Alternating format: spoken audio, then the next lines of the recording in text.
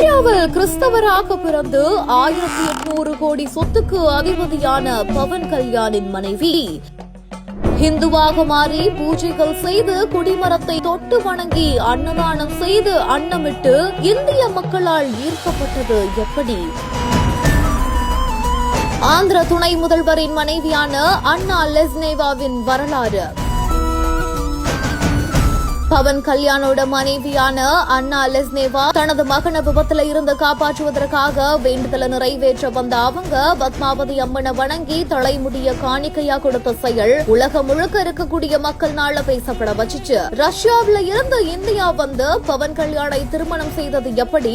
அதோட பாரம்பரிய கிறிஸ்தவ குடும்பத்தை சேர்ந்த இவங்க திருமலை வெங்கடாச்சலபதி மீதும் அதன் கலாச்சாரத்தின் மீதும் நம்பிக்கை வைத்து பத்திரம் எழுதி கையெழுத்து போட்டது எப்படி என்று இன்னுமே பலரும் ஆச்சரியத்துல இருக்காங்க. இது குறித்த தேடலின் முடிவுல தான் கடந்த 2011ஆம் ஆண்டு தெலுங்கு திரைப்படமான டீன் மார் அப்படின்ற படைப்பிடிப்புல பவனை சந்திக்கிறாங்க அண்ணா லெஸ்னேவா. அதுக்கப்புறமா இருவருக்கும் இருக்கக்கூடிய படைப்பு ரொம்பவே வலுவடைந்ததுனால இதன்படி முடிவெடுத்து 2013 செப்டம்பர் 11ஆம் தேதி பவனை திருமணம் முடிக்கிறாங்க அண்ணா. 2017ஆம் ஆண்டு அவங்களுக்கு மார்க் சங்கர் அப்படின்ற ஒரு மகனும் பிறந்திருக்காங்க. இதுல ஒரு முக்கியமான விஷயம், அண்ணாவிற்கு ஏற்கனவே திருமணமாக இருக்கிறதாகவும் அந்த திருமணத்துல ஒரு மகள் இருக்கிறதாகவும் சொல்லப்படுது. இவங்களோட மகளை பவன் கல்யாண் அவர்கள் தன்னோட மகளாகவும் இப்பொழுது வளர்த்து கொண்டு வருவதாகவும் சொல்லப்படுது.